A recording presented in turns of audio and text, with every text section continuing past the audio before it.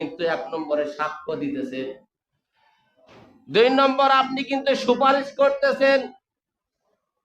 1 নম্বরে আপনি সাক্ষ্য দিতেছেন, 2 নম্বর আপনি সুপারিশ করতেছেন।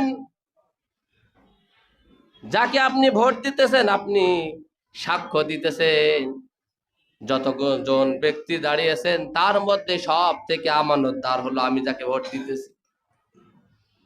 সাক্ষী দিতেছেন আপনি, সুপারিশ করতেছেন আপনি, প্রতিনিধি নির্ধারণ করতেছেন। 3 নম্বর, হাজার হাজার এই সাভারে আমাদের এখানে প্রায় 7 লক্ষ ভোটার রয়েছে।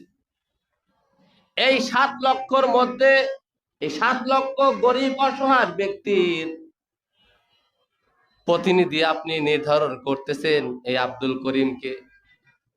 3 নম্বর আপনি প্রতিনিধি নির্ধারণ করতেছেন, 1 নম্বর আপনি সাক্ষ্য দিতেছেন, 2 নম্বর আপনি সুপারিশ করতেছেন, 3 নম্বর আপনি প্রতিনিধি নির্ধারণ করতেছেন, 4 নম্বর আপনি আপনার নিজের আমানতটাকে আপনি প্রয়োগ করতেছে। তোমরা যারা ভোট দিবে তোমাদের কেউ ইমানদার যারা হবে এই 4টি কথাকে মাথায় রেখে তোমরা ভোট দিতে যাবে। যদি এই 4টি কথা তুমি স্মরণ না রাখো মুসলমান, অবশ্যই অবশ্যই আল্লাহর কসম দিয়ে বলতে পারি তোমাকে অবশ্যই আল্লাহর কাঠগড়ার আসামি হয়ে দাঁড়াতে হবে। ঠিক কিনা বলেন? ইমানদার, আমি ইমানের কথা তো বলবোই, এটা আমার অভ্যাস। আমি ইমানদার, ইমানের কথা বলবো না তো কার কথা বলবো? আমি কোন দলীয় কথা বলার জন্য আমি এখানে বসি নাই। তুমি যদি মোমেন হও, তুমি যদি আল্লাহ এবং আখিরাতে বিশ্বাসী হও, প্রথমে আমি বলেছি আমরা সবাই মুসলমান কিন্তু ইসলাম প্রিয় না।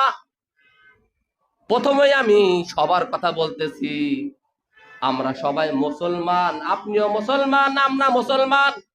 পেছনে কাতারে যে আছে উনিও মুসলমান, সামনে কাতারে যিনি আছেন তিনিও মুসলমান, বক্তাও মুসলমান, শ্রোতাও মুসলমান। সবাই আমরা মুসলমান কিন্তু ইসলাম প্রিয় না। সবাই আমরা মুসলমান কিন্তু ইসলাম প্রিয় না।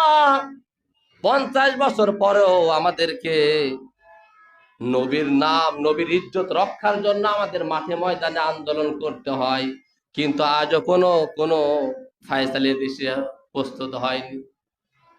অথচ পাকিস্তান আজ থেকে 50 বছর আগে ওখানে কাদিয়ানীদেরকে রাষ্ট্রীয়ভাবে অমুসলিম ঘোষণা করা হয়েছে। আমি আপনি